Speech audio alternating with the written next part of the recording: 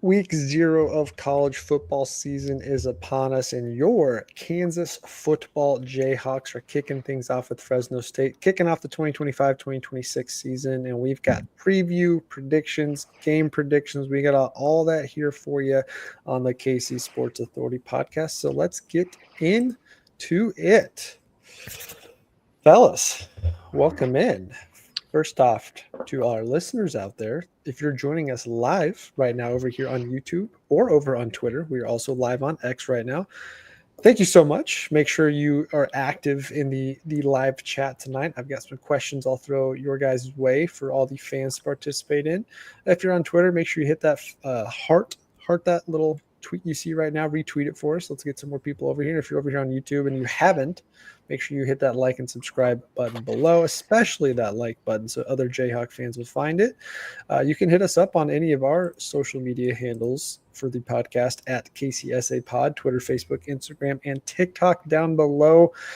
But guys, let's get into it. It is back. Football season is officially upon us, and the Kansas Jayhawks have the week 0 matchup. So a lot to get into. Super pumped for this. We've talked a little bit over the last 2 weeks about the new stadium, the $300 million coming our way to Kansas athletics and some of that stuff. And I know we already shared a little bit of predictions and whatnot, but let's get into it. Let's start with just kind of a little quick recap. KU ends last year in a very disappointing fashion.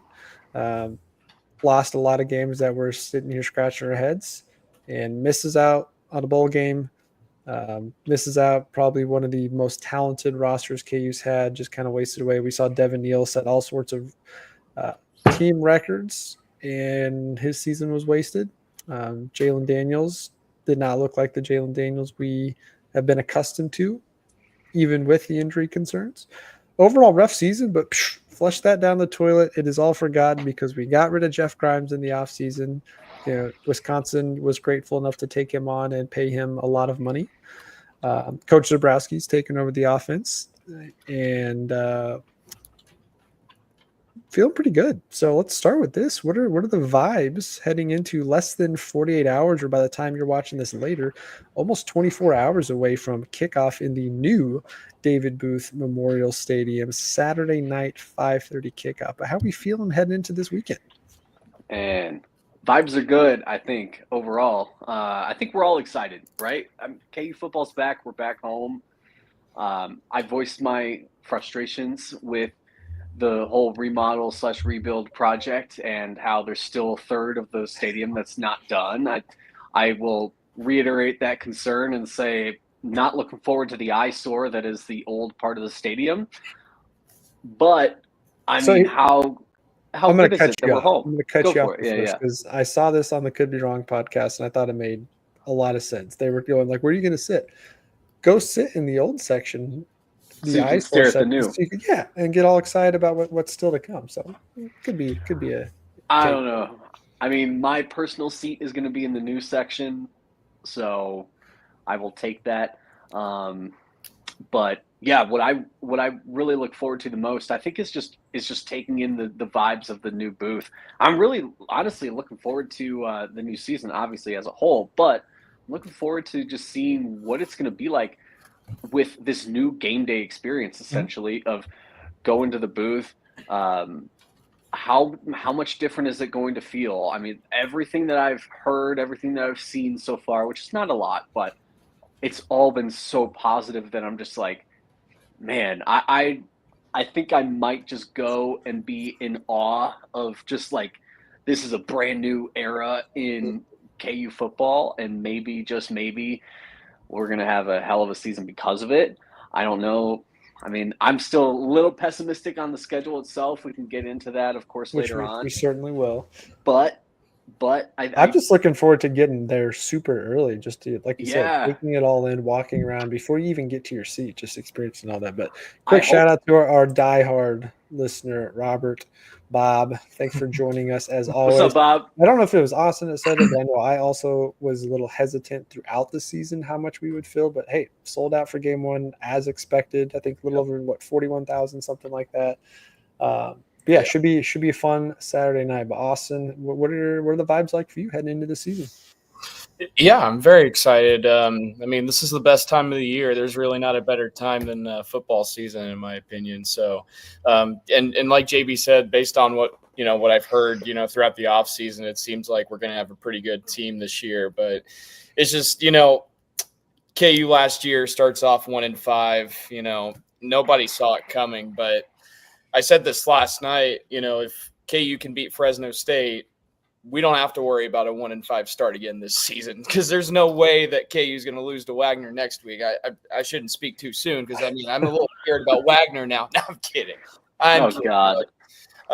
No, but the vibes are good. I'm obviously very excited to go back to Lawrence on Saturday. I haven't been back there since I moved out about a month ago, so really looking forward to it. I'm going to try and get there early too, so I can walk around and check everything out. So I've seen all the pictures, but I just want to see where everything's at. So I definitely want to go up to the new west side and go stand at the very top of the upper deck just to see what it looks like up there, because obviously the view might be a little bit different from the press box, which I've been in the press box a little bit. So I just wanted to see, maybe what it's like from up there. But yeah, there'll be a lot of things to see, a lot of things to do. And obviously looking forward to tailgating in Lawrence again. I mean, we missed it last year, didn't we? I mean, traveling to Kansas City every single game, even in KCK was a hassle, I would say. I mean, there really wasn't a whole lot of tailgating space, and for the sporting games. But over at Arrowhead, you have all the space in the world. It's just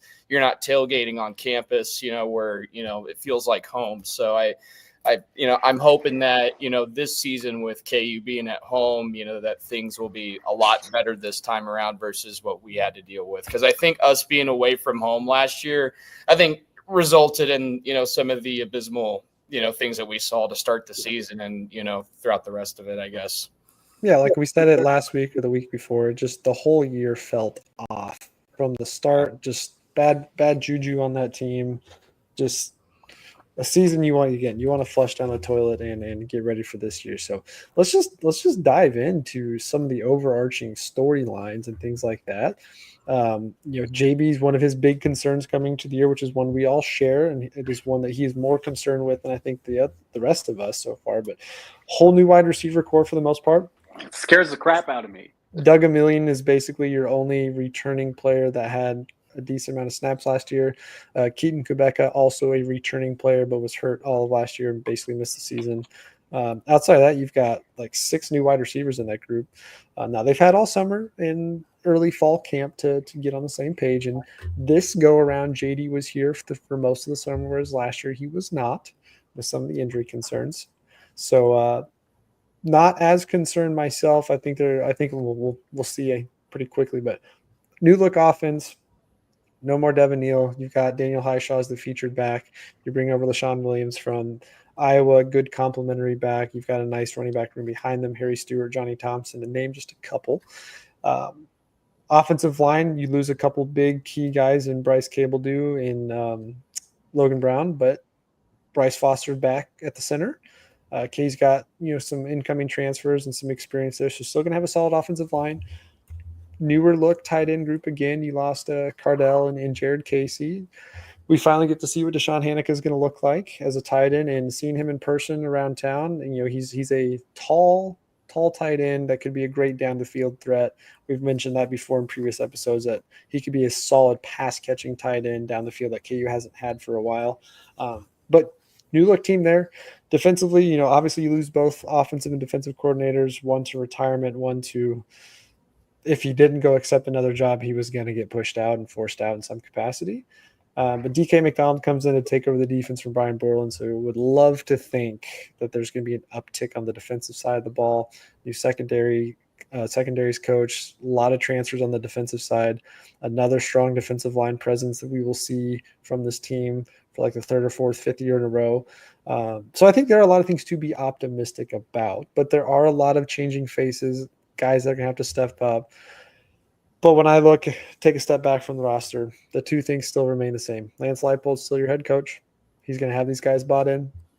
And Jalen Daniels is healthy for now. Fingers crossed. Jalen Daniels healthy. The sky's the limit with this team. Oh, my God. I mean, you mentioned health, and it's like we were texting about it before, but it's like with JD, obviously he has to stay healthy for us to have a successful season. We never want to bet on injuries or anything like that. You have to assume everyone's going to be healthy. Given his injury history, it's hard to assume that he's going to be healthy all year. And I worry about Daniel Highshaw as well. Hey, he's poised and ready. Bob, I'm sorry, I don't want to jinx it. Hey, fingers crossed. Fingers crossed. Knock on wood. It's gonna be a good season that's injury free, and we get to see the full potential of our squad. I mean, hey, Daniel Highshaw, as I was about to say, he's more than ready to take on the lead back role fully. He's what a stud. I mean, we got robbed of half a season before from his injuries in the past, so fingers are still crossed for him as well. But man, I think it's going to be a lot different looking this year compared to last year. That receiving core, we mentioned it, we touched on it, scares me so much just to see. And it's really not even about the players themselves. It's just the fact that we had our guys, we had Skinner, we had Luke Grimm, we had our guys that. Which, low-key, I think both those guys are going to make the 53-man roster coming out. They should. As of right now, they both still scored on the preseason rosters. Yeah, that they was a beautiful punt return by Luke Grimm, and then Quentin Skinner back in the end zone. Yeah. I was reading just a quick side note. I was reading some stuff on Jets camp, and there were quite a few Jets reporters that have predictions of Skinner making the final 53-man as of now, unless they trade for a receiver or something. But I mean, who else do the Jets even have really that's like viable receivers that could actually cement themselves? Like really, like outside of Garrett Wilson, who do they have as a receiver? It's like, man, I'm looking at this talent like there is a realistic path, and I'm not just a homer saying this. I'm not just this biased Kansas fan that's saying this. Quentin Skinner has made big play after big play after big play for Kansas, and this kid is poised and ready to take a shot at the NFL. And that touchdown that he had, that one hand pull in grab right there, holy cow, that was a spectacular showing of his talent. A lot of people got to see that. But guess what? We've seen plays like that throughout his entire career at Kansas. I'm really excited to see Quentin Skinner, fingers crossed, hopefully make that roster, but rightfully should make that roster. We're going to lose a big guy in Quentin Skinner. We're losing that deep threat. We're losing Luke Grimm. I mean, how good was he? How reliable was he? Mr. All Reliable is what I called him. I mean, always open. Always open. I think I know we touched on this, and so I don't want to say I'm correct in this, but I'm pretty sure in his entire career he had less than 3 drops. Something like that. He's just I'm not shocked by that one bit. I wish he had more eligibility. But to your point, you're losing a lot of targets that Jalen Daniels has thrown to a lot over the years. Like Luke Grimm was playing as a freshman. Skinner was a walk-on who converted to a scholarship player as a freshman. Those are two of the guys. LJ Arnold here for 4 years. 3 guys right there that you had a lot of targets to over the last 4 years that you're replacing. Now you're bringing in talented guys, but you're also bringing in guys that are coming from different systems for the first time all together here. All of them with the new quarterback, all of them with different wide receiver competition. So they're, I think that's a valid question, a valid concern of how quickly will we see things gel on the field. Now, I would imagine it's got to look better than last year. Like last year, it looked like Jalen Daniels had never thrown to those 3 before in the first couple weeks. And, there was always the talk of, was that him and Grimes were on the same page? Was it because Jalen was out in California for half the summer during his rehab? And I remember that one press conference where Grimes was like, I mean, JD hasn't really been here, so what are you asking from me? Like, he's got to be here for us to, so I'm not to rehash any of that stuff, but valid concerns. Austin, let me flip it over to you. Outside of the wide receiver core, and not to go negative 15 minutes in the episode, but what do you think is your biggest question mark or doubt on this team heading into the year? I mean, the wide receivers is one of them for sure. Just because of the fact that, most of those guys, they've had limited experience or no experience. So, I mean, it's just a matter of just seeing how they go, throughout the first game. And then we'll probably get a good idea of how they are, by week 3 or 4. But, yeah. Other than that, offensively, I think we're in a good spot with the offensive line. I know we've got 2 guys that'll be rotating this week, so I believe it's the left guard and the right tackle position. So yes. Yeah, I mean, it'll be interesting to see who ends up winning those battles. I mean, I could see them rotating for a couple weeks and then finally, putting a nail in the coffin and being like, all right, this is who's going to start. This is how we're going to do it. But so I think we're in a good spot with the offensive line. Quarterbacks, not really concerned about that. I think we've got 2 to 3 guys that can come in and step up if something should happen. If something does happen to Jalen. So, but other than that, if just looking on the defensive side, I've been hearing that we might have a pretty good defensive line this season. In which I'm a little bit shocked by that, because I mean, we did lose some guys, but I mean, at the same time, I mean, we did get a few transfers, especially in the linebacker group. I mean, Justice Finkley, the guy from Texas, I'm so excited to watch him. Looks really good. That's the one guy on the defense that I'm really looking forward to watching this season on the defensive side. But I mean, I don't really have a whole lot of concerns. I mean, I think the secondary for me is probably the other position that concerns me, just because you're losing 2. You lost a ton of experience. Oh my You lost God. a ton of experience and 2 players that'll go down in history as one of the best KU defensive backs in history. I mean, those 2 guys, I mean, they're, all Big 12. I mean, I think Kobe and Mello were All-American too, weren't they? Like 3rd team or something. I think Kobe. I think he was an All-American. I feel like one of them was snubbed. Wasn't that? I think it was Mello that got snubbed, probably, or maybe. And Kobe. Mello was low key better. No, JB, that's fair. I've been having that conversation with my friends for the longest time. Like, we've been debating on, is Mello or Kobe better, and part of me says Mello too. I mean, I think people were just saying it, but how many times have we see Kobe get burned? I mean, Mello got burned too. I mean, it happens. But Mello wasn't your big play defender, like your ball hawk big play, but he was good coverage and kept with you. Like, Kobe was more of your Marcus Peters type. Like, he's gonna make a big play or 2, but you're also gonna see a couple times throughout the season where you're like, man, what is he doing?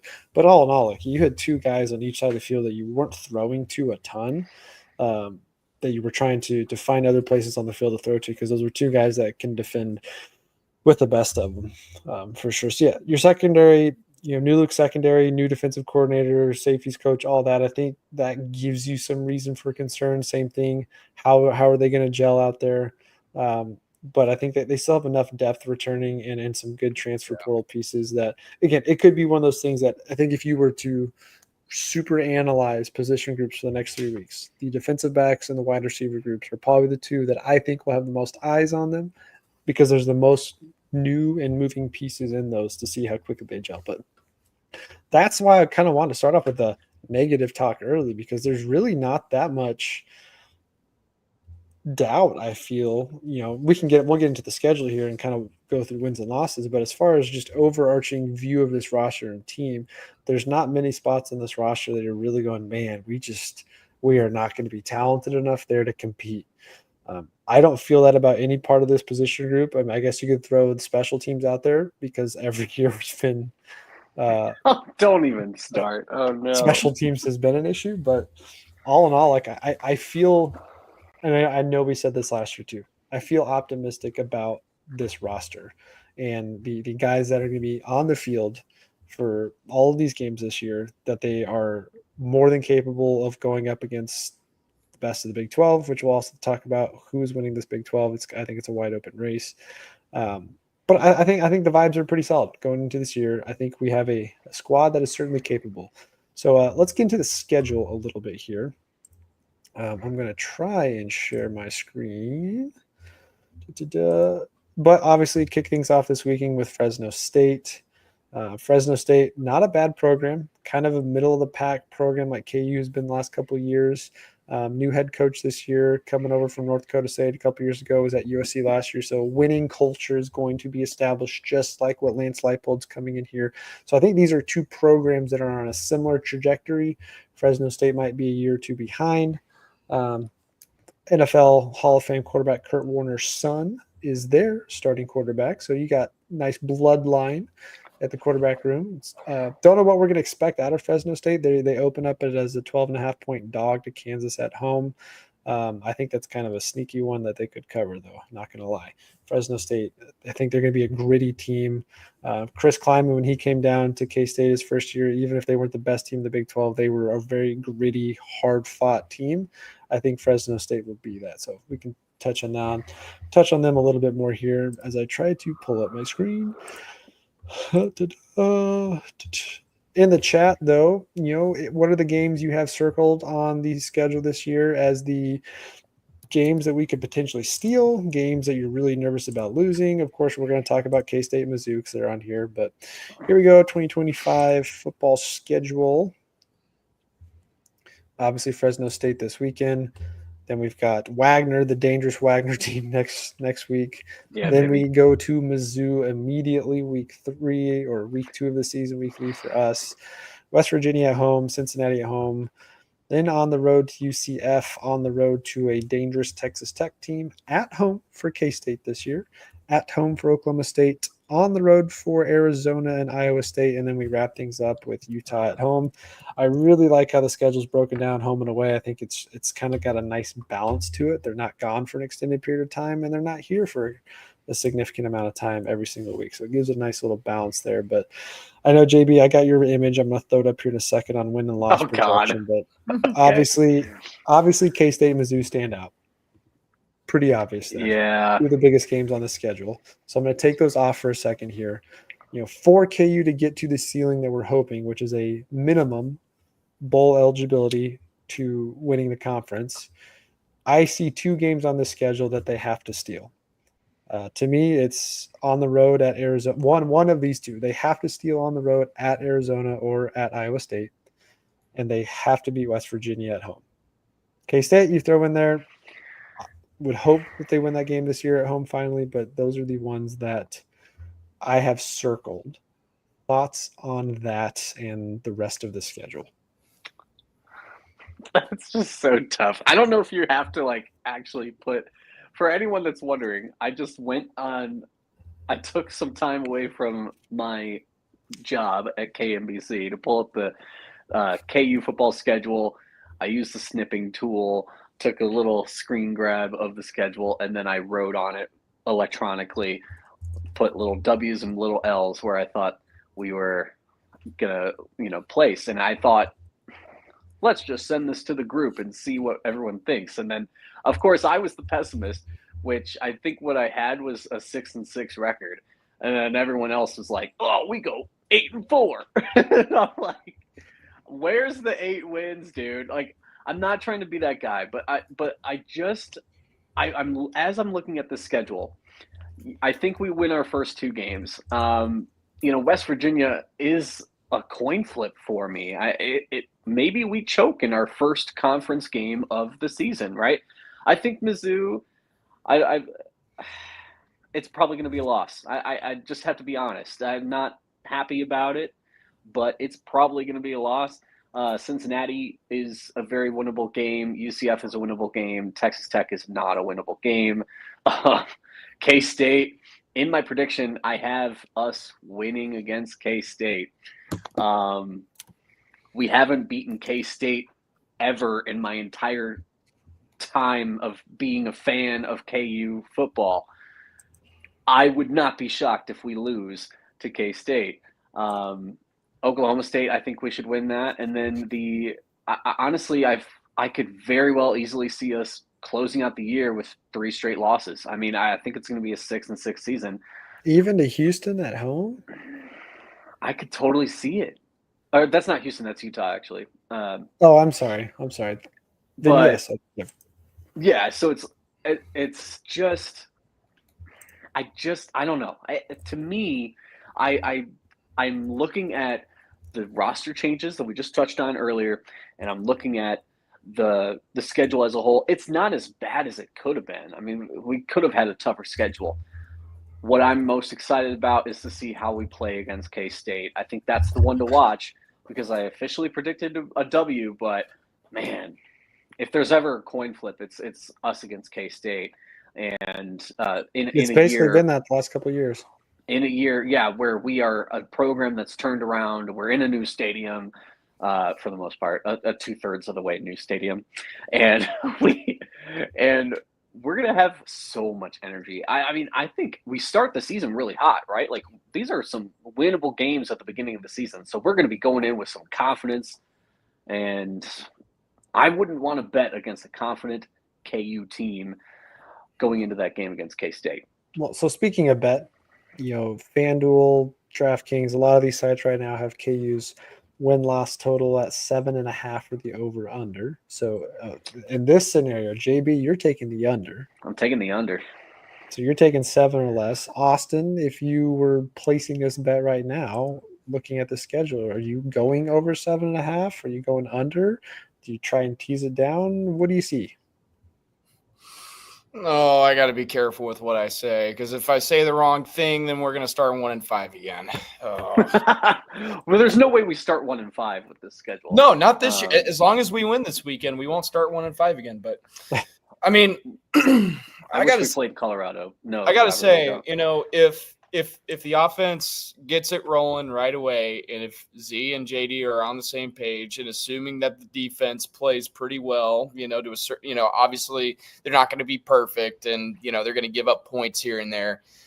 I got to take the over. I mean, I do see a path for KU to win more than 7 games this season. However, a 7-5, finish, I mean, wouldn't be crazy to say either. I think there's a ton of winnable games on here, but we said the same thing last year, and look what happened. But again, this team last year beat 3 top 25 teams in a row. I mean, if you can go into number 6 BYU, undefeated BYU, top 10 team at night, I mean, in one of the toughest environments in college football. I mean, it's unmatched. It really – I feel like this team can really play anybody. I mean, you look at the first 2 games, I think they're both going to be wins. I think, the Fresno State game isn't going to be the most perfect game. I think there's going to be a slow start. I think people are already going to be ripping the hair out of their heads after the first couple of drives, after, going 8 months of,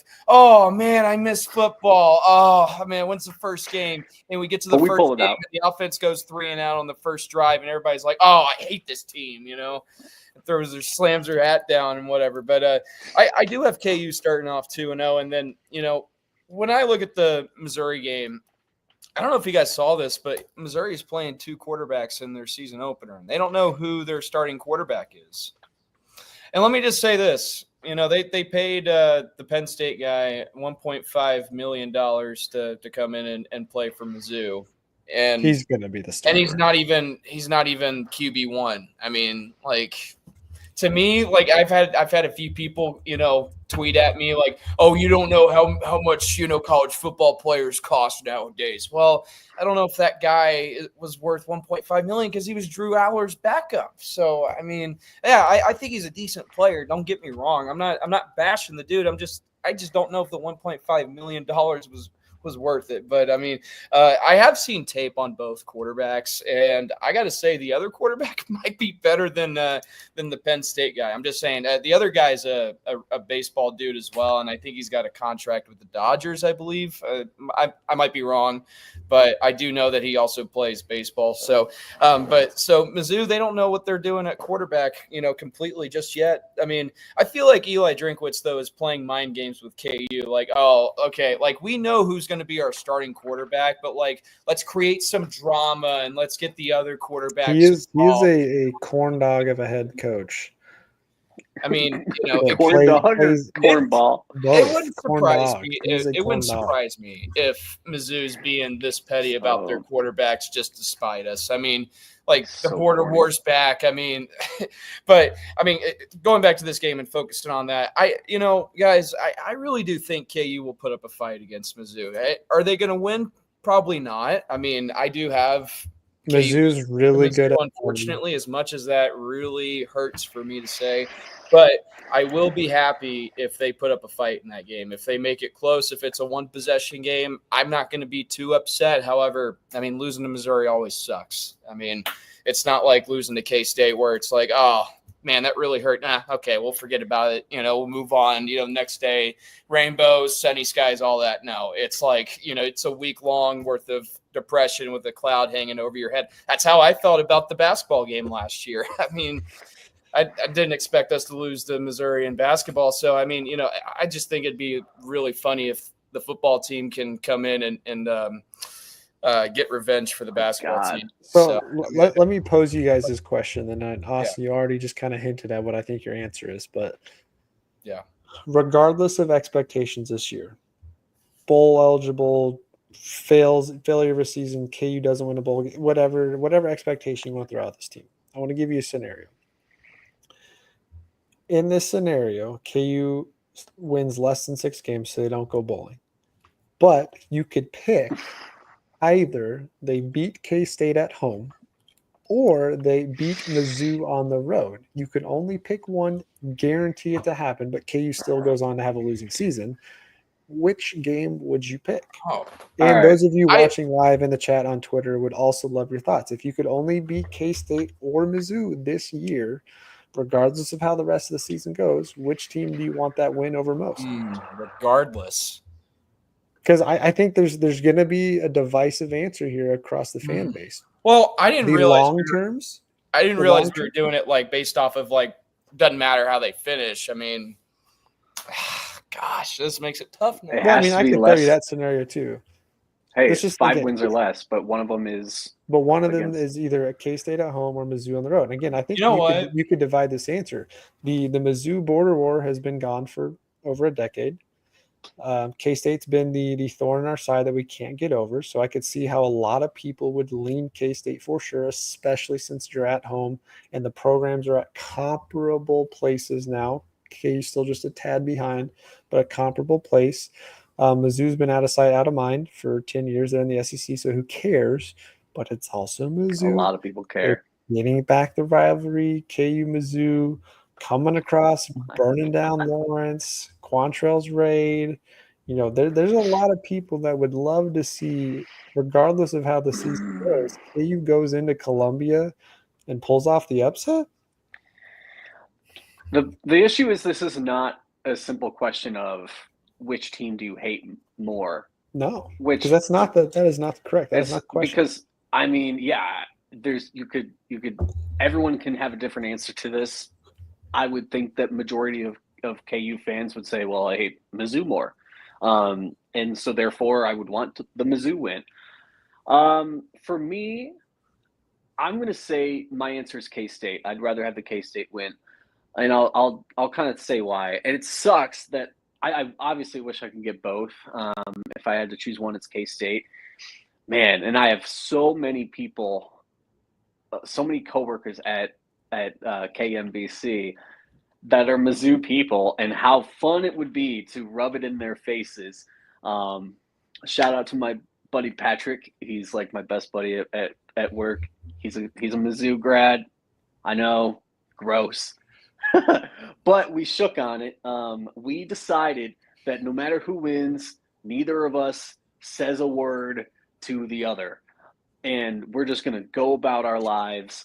And, so in that scenario, I've already made this, handshake bet that, hey, like, I'm not going to do anything. You're not letting a win or loss impact your relationship as Yeah. It's not coming between us. We're not going to say a word. So if we were to win that game, I have no room to gloat to Patrick. Certainly I could gloat to somebody else.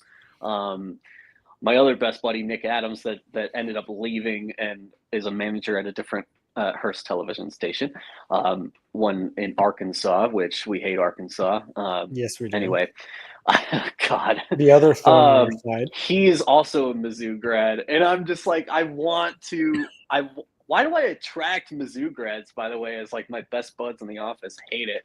But man, I would love to rub it in their faces. It's not going to happen this year. I would just, with K-State, I think the recency bias has gotten to me. And the the constant losses that I've faced this entire time, how sweet, how poetic would it be for Kansas in the year that we have our brand new stadium, 2/3 of the stadium, and the year that we have the new stadium, that we finally beat K-State again. Oh, how poetic. It would be nice. That's I would love it.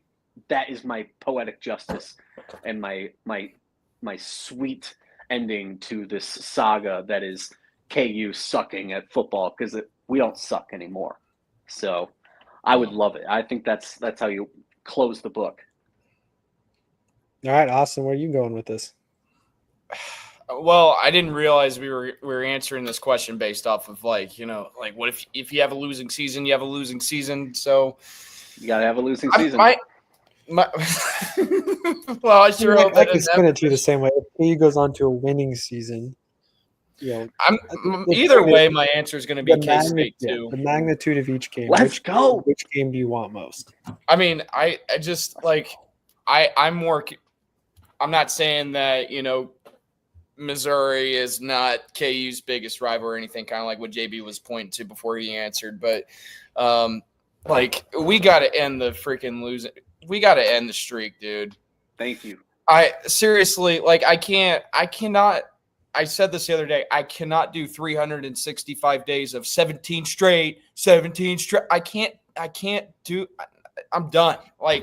We should have beaten them two years ago. And last year. If Bean would have freaking played in that game, we would have freaking won. I'm not taking anything away from Cole Ballard. He played a really good game. I thought for it being his first start, it was pretty impressive. I mean, he had some really good throws too. So I mean, but at the same time, you got but special teams again. Blocked extra point, return for a 2-point conversion, and just everything you don't want. I mean, the past 2 seasons, KU has lost the game because of themselves. It wasn't because of anything that K-State was doing. I mean, that's why I keep going this way too, because we are now, I think, at a point where on paper, KU and K-State are similar enough that there's not a reason for this game not to be super competitive, and KU can certainly win. I think Chris Kleiman is a tremendous head coach. I think K-State and KU are both in very healthy positions moving forward, not just as an athletic program, but football primarily for both these programs. They've got 2 guys at the head that just really know how to coach up and get the most out of their guys. And now KU's getting a lot of those big-time stateside recruits that are coming over here instead of going to Manhattan. That's why I would lean this way too. It'd be great to see that this be the year where KU has gotten a couple more in-state guys to come here as freshmen now instead of going to K-State. And this is the year we go ahead and do it at home, and then we go beat them next year on the road when they have a different quarterback. I'm not a big believer in Avery Johnson. I think he's a tremendous talent. I think he's super athletic, but I don't think he is as good as he gets credit for. Now, he could certainly go out there and prove me wrong this year, and I think he's still a Heisman candidate hopeful. But I think there is a way you can attack this K-State team and put Avery Johnson in a tough position. He has not had to go out and win big games with his arm that much. It's all been running the ball, and he's had a monster backfield every single year. Not to take anything away from them. I think they're good. But that's why I think for me, it's still K-State. Mizzou, we haven't cared about for 10 years. Win or loss, that game in reality does not have that much impact on our program, Big 12 championship race for this specific season. Now, yes, bigger picture of bragging rights. Yeah, losing to Mizzou would still suck. It would still be, oh, hey, we left for the SEC and this is why, and you guys are still never going to be. I get all that. But in reality, it's not going to make or break their season. It's not going to make or break our season. And it really doesn't change anything about the program as a whole, unless Mizzou goes on to be a top 10, top 15 team this year, which they certainly could, or KU's a top 25 team. And then that win or loss could help or hurt either program when it comes to college football play. But like that, to me, that's why I think I would take K-State. I think this current fan base would also say that. That's why I say that I think you could have a divisive answer here. The newer generation of KU football fans that have only been paying attention the last 5-10 years certainly are going to say K-State because that's all they know. Diehards and those that have been around a long time, you're probably going to lean Mizzou. Yeah, But I it's think with Mizzou no matter the what. current landscape of college football and the way the Big 12 is, you beat K-State this year, there's a legitimate shot at KU winning the Big 12. To me, Dude, what? that's Yo! their ceiling is a Big 12 championship. But the way their schedule shakes up, Texas Tech, tough, gritty team. Oklahoma State's always a weird game. West Virginia is a tough team. But if you get K-State at home, I don't see why this team can't finish top 3 in the conference and potentially go on to win a Big 12 championship. But you have to beat K-State at home. So to me, that's why, again, I would pick this game, because if you beat K-State at home, I would hope that means the rest of the season is going according to plan and KU is ahead of where they need to be, which would put them in line for a Big 12 championship appearance. Let me just say this. There's one game on the schedule that really worries me that not enough people are talking about it. It's the Cincinnati game. I don't know why. There is something about that game that just it's kind of like the TCU game last year. Oh yeah, there you go. See? Okay, I'm not the only one that feels that way. Shout out Christian thinks the same thing as you do. Yeah, shout out Christian.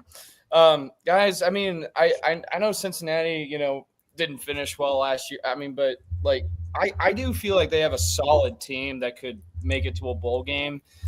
And I don't know.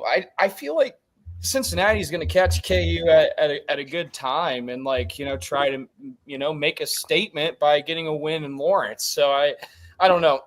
that game scares me more than the West Virginia game. I think KU beats West Virginia, but I think they have more of a chance to lose to Cincinnati. But it's on family weekend, so I mean that would be be really sad if KU lost on family weekend. I mean, nobody wants to do that, but I mean, but Cincinnati kind of scares me. I don't know how y'all feel. I think that's easily the gotcha game for sure. Cincinnati, I would say it's on paper, it's a very winnable game.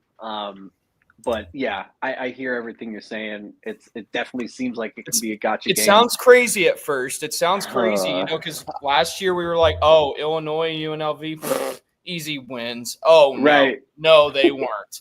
And then, you look at, TCU and West Virginia. I mean, those were 2 winnable games, but didn't happen. So, I mean, that's why I don't listen to ESPN's FPI whenever they're like, oh, they have like a 70% chance to beat so-and-so. I don't trust that at all. Brilliant mind. Yo, you are a troll. Would love for you to elaborate on this because I don't. Come on, man. I would love to know how Kansas isn't going to get past Fresno State when Fresno State has 40 new players and a brand new head coach. And I mean, now again, I think Fresno State they're going to be good. Fight, and they could cover the 12.5, but sneaking out a win at the brand new booth where this team's going to be ultra juiced. I agree with Austin that this game will probably start slow from KU's perspective, but come on. So jumping back to Cincinnati really quick, that game could be interesting. I don't know if anyone's been talking about it, but Travis Kelce went to Cincinnati. Is he going to go to the game? Is he going to want to see the new booth and go to the game? But depends on who the Chiefs play that weekend. Depends on who they're playing that weekend. Would Taylor Swift want to come and support KU because her best friend went to KU, right? Come on. Why not? Taylor Swift weekend. I'm just saying. So the Chiefs do have a home game that weekend against Baltimore the next. Oh, okay. Then Travis Kelce's coming. Travis Kelce's coming to the booth. Confirmed, everybody. Taylor Swift could come. Maybe even my shout out to Taylor Swift's going to be there mentee. Too. Abby's my mentee over at KMBC. With Hearst Television, she works at the Cincinnati station. She's big. She's a Bearcat alum and she's a Bengals fan. So boo. But hey, you never know. She might come to the game, and I might be able to convince her to go if it's Travis and Taylor are going to show up there too. That would be nuts. That'd be pretty sick.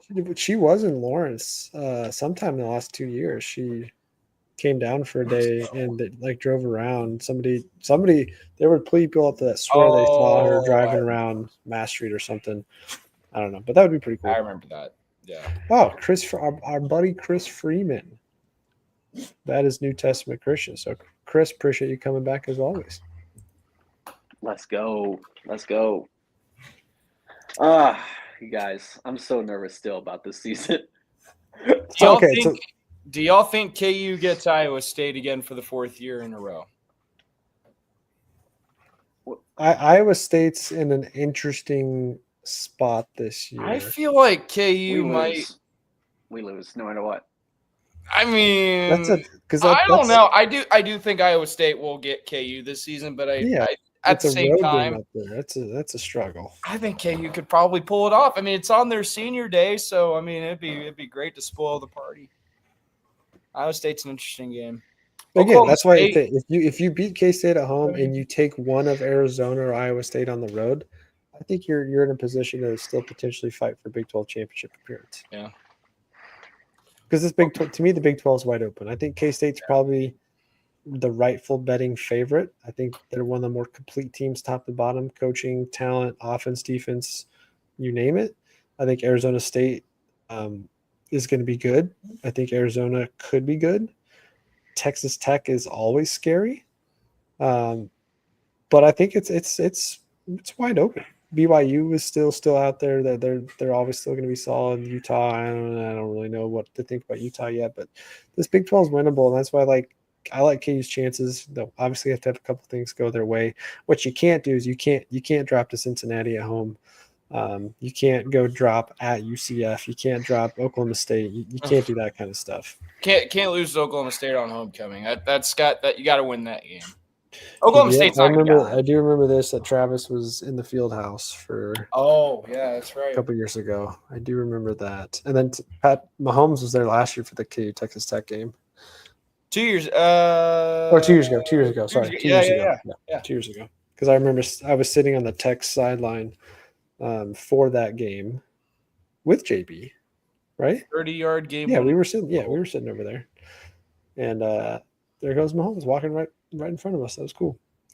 But okay. Keegan was too scared to go ask for a photo, too scared to go introduce himself. Try to get they wouldn't let us get any close if we wanted to. Come on. Tech's, I mean, it's not Tech. KU might be screwed against Tech because they're celebrating their 100th year anniversary of their football program. They've got those special jerseys that y'all saw the other day. They're going to wear them against KU, and it's also their homecoming. So, upset alert day is what I'm hearing. Oh my God! I'm going to be there. I'm going to be there for the game, and I'm going to watch KU possibly get massacred. But I do think on paper that KU could play a pretty good game against Tech at least. Again, so as we're going to kind of wind this one down here. Yeah. What is the floor of this team win-loss total? 4-8. That's the floor. I think. Come on, give us 5. What? I'm gonna say 4-8 is our floor.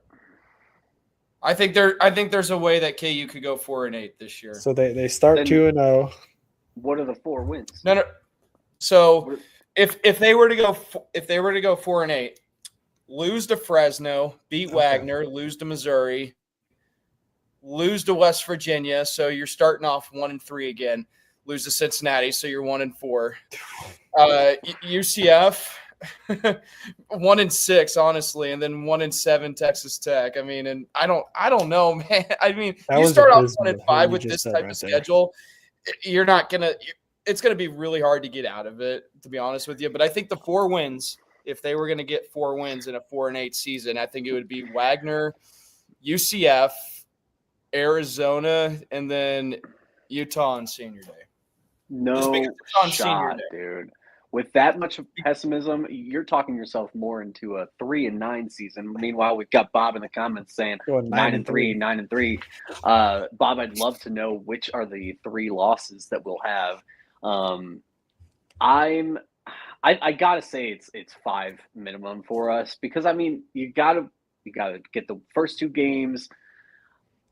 I have confidence against Cincinnati. I have confidence against West Virginia to a certain extent. And Oklahoma State as well. I could see us losing to both Mizzou and K-State. I could certainly see us losing our last 3 games of the year. I don't feel the vibes aren't good around Iowa State for me in that game. So I'm going to go with the floor is 5 games. I see what you mean, though. Obviously, we got to get past Fresno. Holy cow! We were talking I earlier think in about that scenario too, though, like JD has to look really bad, or is hurt, or high shot goes out early. The defense new breaks. Like when I say floor, I think like, all right, KU drops a few things here. That's like, so I think I'm more with JB. The floor to me is 5 or 6. I think worst case scenario, I could go more Austin's route, but I think so many things have to go wrong. Now I do think it's interesting that their win total is 7.5, because from a betting perspective, I think most of the sharp bettors and guys that maybe don't pay close attention to the team but look at everything would say take the under, because there's more there's more games on the schedule that they could disappoint in and lose than there are probably games that they steal and get to 9 wins. But I like 8-4. I think that is possible. I think 9-3 is doable. 10-2 would be incredible. Don't see that, but if JD throws out a stat line of near 4,000 passing yards, 35 total TDs, another 500 plus rushing yards, high shot goes for 1,000 plus, 10 TDs. The defense is holding teams to under 30. We'll say there's a shot that KU would be good enough to get to the 9-10 win route. And I think really the question I would say now is, are we in a state as a program where not going to a bowl game is no longer an acceptable outcome of a season? Yes. Okay. I mean, you clearly tell with the reaction after last season that people were not happy with the 5-7 season. Because, 3-4 years ago, KU fans would have been celebrating like they won the Super Bowl if they went 5-7. Now this time around, going 5-7 ain't going to cut it. So it goes to show you the progress that this program has made and the impact that it's made on the fans, because it's raised expectations. I mean, a brand new football stadium. I mean, you can't be going 5-7 with playing in that. I mean, you invest a lot of money, and David Booth just gave us $300 million. So we better not go 5-7 again. So, yeah, expectations have changed. Yeah, the 300 million. Yeah. Could you imagine? Yeah, the 300 million proves it for sure. 300 million, and we go and crap the bed and get 4 wins. That would be talk about. Oh my god! I don't know if there could be a bigger slap in the face, punch in the gut to a donor than saying, "Boom, here's 300 million," and then KU goes out 5-7, 4-8. That would be on par with what KU football history has been the last 20 years for the most part, but my gosh, that would be. They're not going to have a losing season again this year. He would run back to Travis Goff, be like, "Here's my receipt. I'd like to return, yeah, please. Can I return? Can I get some of that back until you? Yeah. All right, it's going to take 5 business days. I meant to use Monopoly money. Okay, well let's wrap up with this. Saturday night, Fresno State again, 12.5-point favorite at home. KU will have a packed out booth. We're going to have the fun pleasure of walking around the brand new stadium, partaking in all the pregame festivities, mid-game festivities, all that's going to be exciting. What do you give me 1 or 2 things each of you guys want to see out of KU in this first game at home to give you confidence that this team is on the right track, on their way to a potential Big 12 championship appearance? You go first, JB. 3 plus passing touchdowns by JD. Okay. I need 3 at least. That would undo a lot of last year's disappointment. I think literally all it would take is I don't know what the score is going to be. Don't ask me a score prediction. But if we had 3, I'll say this: 3 touchdown passes or 2 touchdown passes plus 1 pick 6, because that addresses both the wide receivers. Sure. That addresses, assuming that the touchdown passes are not to a running back or tight end or anything. I'm specifically talking about the receivers, but also pick 6, because it would address the secondary as well, which is a huge concern. So, I mean, Bob, I see you in the comments. JD throws no interceptions. Thank you. Yes, because oh my god. A great sight to see. 0 interceptions. he's good for one stupid interception every single game at least. So 0 interceptions. Thank you, Bob. That is absolutely so true. I would feel a lot better. I think I don't even care if it's like a close game because we're rusty. It's the first game of the season, whatever. Brand new squad to a certain extent, but man, we got to still try to come out and dominate. And the way that we dominate is by, showing our dominance through JD's play and our secondary. Well, I mean, a couple of things I'm going to be looking for on Saturday. Curious to see what the kicking game looks like for both the punting and field goals. We got a new kicker, I believe, and the punting, is I believe it's this. I don't know if Grayson's the one punting this year. No, it's the new guy. Finn Lappin. Lappin is punting, and I'll pull it up while you're talking. Yeah. The kicking game, I'll be interested to see how they do. Because I think the special teams, we're going to need them to step up, in some games this season, I feel like. Because I think, most of these games this season are going to be close. So capitalizing in special teams is going to be a key. Laith Margin. That's what I was forgetting how to say his last name. I think Margin's going to be your kicker. And Lappin will be your punter, at least to start. We might see Gray Addison on kickoffs, but I think he's behind both of those guys in everything. Yeah.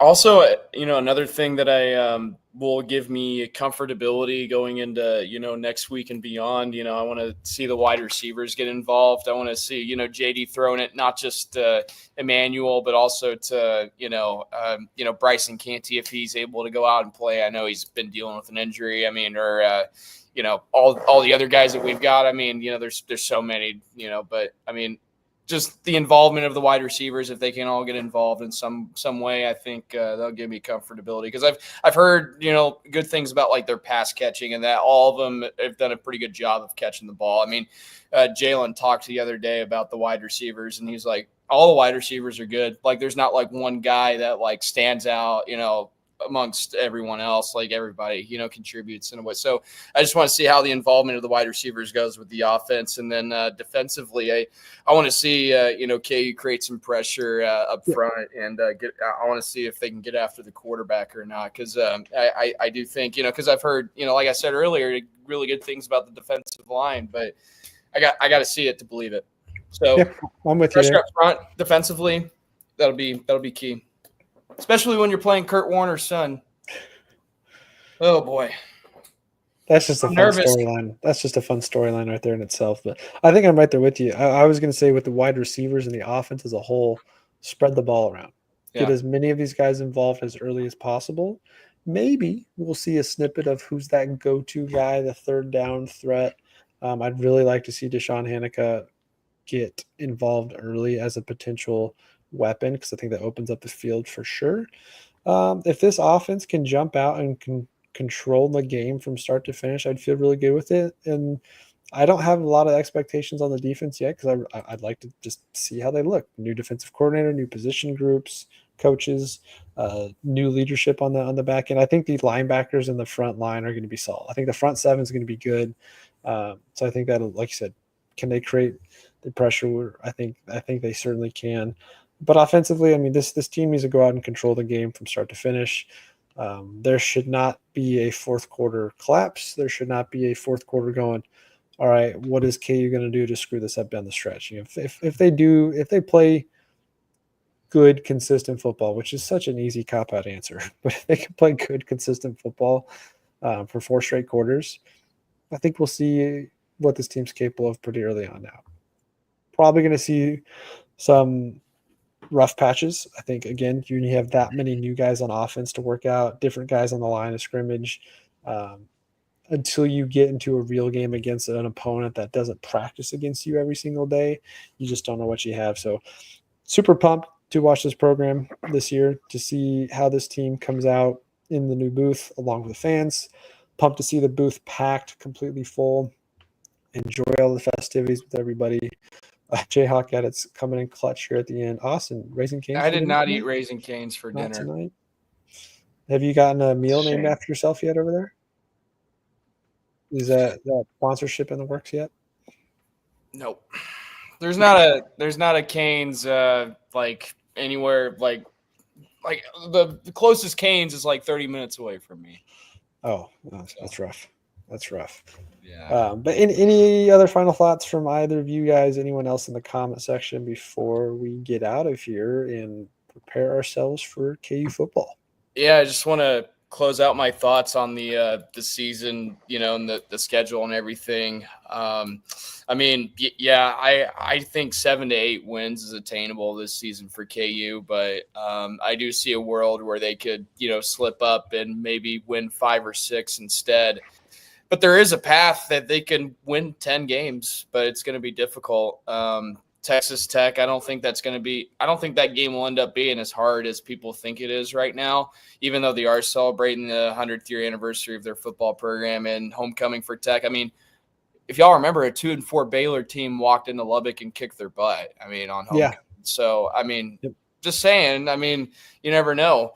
The Arizona game, guys, because we were talking about that, like KU's a much better team than Arizona, but playing at Arizona at night, scary. It doesn't matter how good or bad Arizona is. If you're playing at Arizona late at night, you're probably going to lose. It's just the way it is. I don't know why. I don't know. We said the same thing about Arizona State last year, didn't we?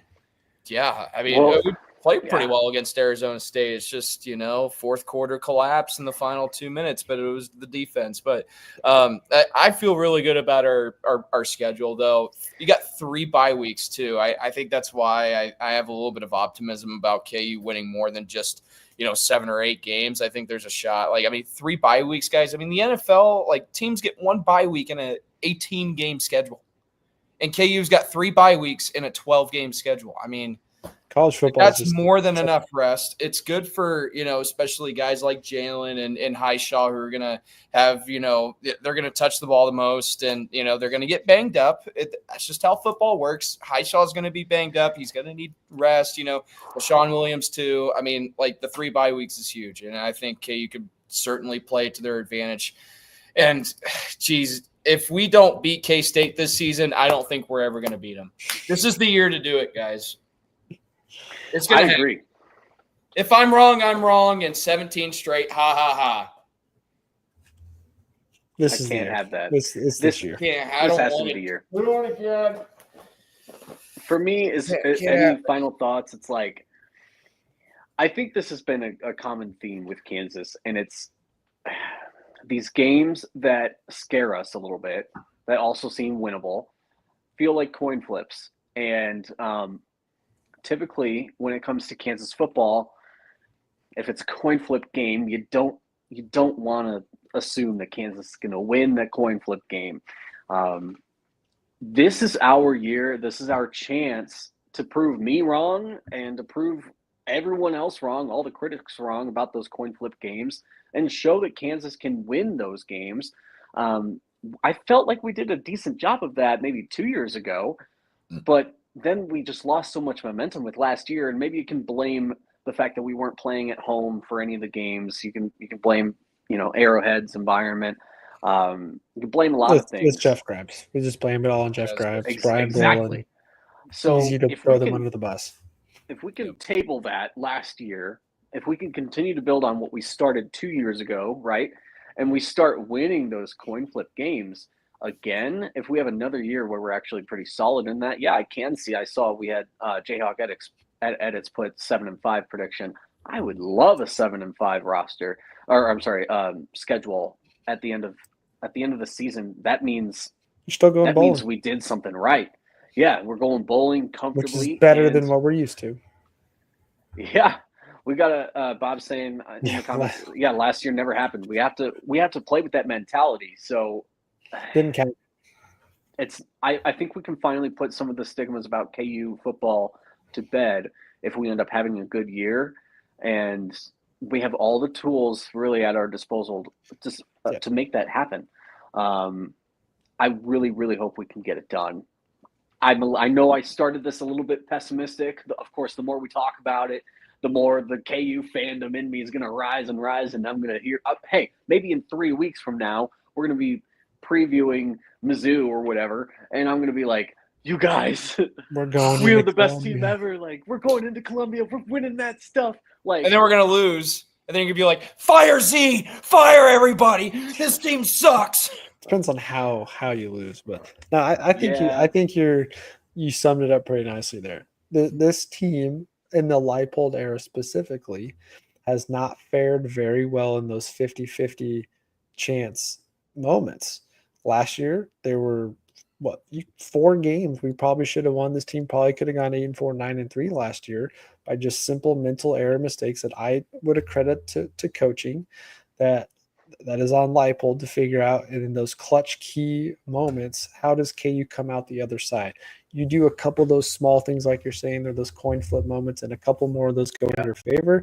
Yeah, this is a team that's going to win 7, 8, 9 games and be on the road, like I said, on the road to a potential Big 12 championship appearance, which would give them a shot at a college football playoff. That was supposed to be last year. Was not the case, but that'd be insane. You still got JD6 at quarterback. You got a new and improved offensive coordinator group. I think Coach Z is gonna have a lot of fun this last year with JD because he's been there with him through all of it. So I think we have a lot to look forward to. Super pumped for this weekend. Like I said, all of us are going to be there in different parts of the stadium. So if you see us, come say hi. That would be great. Please do. We'll try and all link up ourselves. Got to get a picture. In the K flag. So if you're sitting in the K flag, come find me. I can't remember. I've got options for seats right now. I bought tickets and then was given tickets. So I haven't decided which ones I'm going to use and which ones are getting sold. So if you need a pair of tickets, hit me up. I do have a pair that I am willing to sell. Just DM me. My buddy Mitch bought my tickets. I don't remember where they are, but I just know it's somewhere on the west side and probably up near the nosebleeds because we just didn't want to dump too much money into it. Maybe you're but right I might be. I said it last time we recorded. I'll say it again. If you see me out there, if you recognize me, please say hello. Please come, chop it up with me. I would be honored. I'm still waiting for the day that I'll be recognized outside of this podcast, outside in the real world. I might look a little fatter than I look on camera, but hey, Bob did ask how is the diet going, and we haven't done a podcast update in a while. For anyone that doesn't know, I've been dieting since November. Slow and steady wins the race, brother. That's what I've been doing. I'm down like 106, 107 pounds, something like that. That's fantastic. Thank you. So I've been shedding some pounds. I still got some ways to go. I'm told. I actually just buddy of mine at work told me last week. I meant to say, he's like, man, especially in pictures, like your face looks really slim.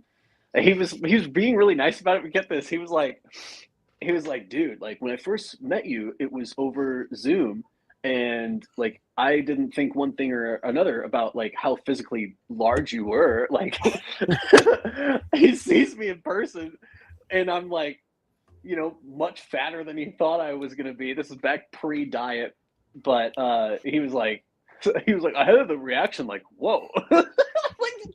That's not gonna make me feel good. Thank you.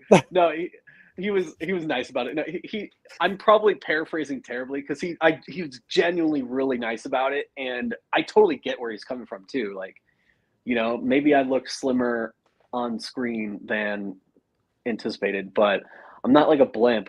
But these days, hey, I'm under 250 now. I'm 5'11" on a good day is what I always say. I'm 5'11" if I stand up straight, but I slouch. So everyone, when I say I'm 5'11", they're like, really? Yes, I'm 5'11". I just slouch. I have a bad habit. Stretch your spine out. But yeah, we're getting there. I'm consistently in a 2X. I'm comfortably in a 2X, and I feel like the 1X is in reach. So if that gives you any perspective, it's about time for you to get some podcast merch, and I know we're waiting until you're comfortable, in a comfortable spot to commit to a shirt size. So, keep it up. Keegan's about to soft launch right now this new product line here. I need to what happened to the product line? What happened to the merch? I think It's people there. are I wanting just have the website turned off so I don't have to pay for services until there are sales. So if Bob anybody wants a wants shirt. merch, we can explore that Look, some Bob point wants this one. season. He's in the comments right now. He Just wants a got to shirt. get enough people committed to sell some shirts. I personally, I'm not wearing it right now, but I love the dry fit shirts. I think 4 of my 5 KCSA pod shirts are dry fit, and I love them. They're my favorite. So definitely would push those. And of course, I love my fall sweatshirt, which getting close to fall season, which is my favorite. I love the shorts and hoodie combo. That's my favorite time of year. So looking forward to that. But we'll wrap up there. KU football this weekend at the booth, the new and improved booth, the 2/3 booth, as JB is going to be calling it all year Yeah, the long. 2/3. Yeah, The 2/3. 2/3 booth. 5:30 p.m. kickoff. Definitely want to be there early. I'm sure they're going to have some fun pregame festivities. Yep. Go walk around, check it out. Make sure you have ample time to do so before you go to your seats. Have fun. Be safe out there this weekend. Anybody that's going to be in Lawrence cheering on the Hawks. I love it. Taytown Hawk, Kansas, keeping America safe from Missouri since 1854. And we got several weeks to get ready for that game. But we'll wrap up there. Make sure you guys, if you're this far in, you haven't hit that subscribe button. I don't know what the heck you're doing wasting your time watching. Hit that subscribe button, hit that like button. Continue to leave your comments here on YouTube. If you're listening to us on Spotify, make sure you're following along to the podcast. Give us that 5-star review. We'd greatly appreciate that. Hit us up Twitter, Facebook, Instagram, and TikTok at KCSA Pod. Don't have much for betting lines yet for this weekend, but I will have a couple plays I'll put out. You can always put down a Daniel High Shot anytime TD. Have to parlay that with something because it's like minus 220. So you're not getting good odds on it. But I'll throw something out there later this weekend. If you're in Lawrence, hey, come by and come see me at Hy-Vee this weekend. I am doing some merch sales with Jock's Niche at Hy-Vee. This is not sponsored segment here on the podcast, but I work at Hy-Vee here in Lawrence. You'll see me tomorrow and Saturday doing some tailgate stuff. We have a lot of great merchandise from Jock's Niche we're selling in store to get you ready for the season. So come by, check that out as well. And looking forward to talking some more KU football over the coming weeks. I don't know if we'll have a episode every single week, but we'll try and have a KU episode of some kind every week, whether it's football, basketball, tying in both. Previewing games, breaking down games, getting to all the highlights and whatnot as we continue on with the rest of the content over here on the KCSA pod. Well, that'll do it. Let's get out of here and go cheer on the Hawks this weekend. What do you say? Rock Chalk. Rock Chalk.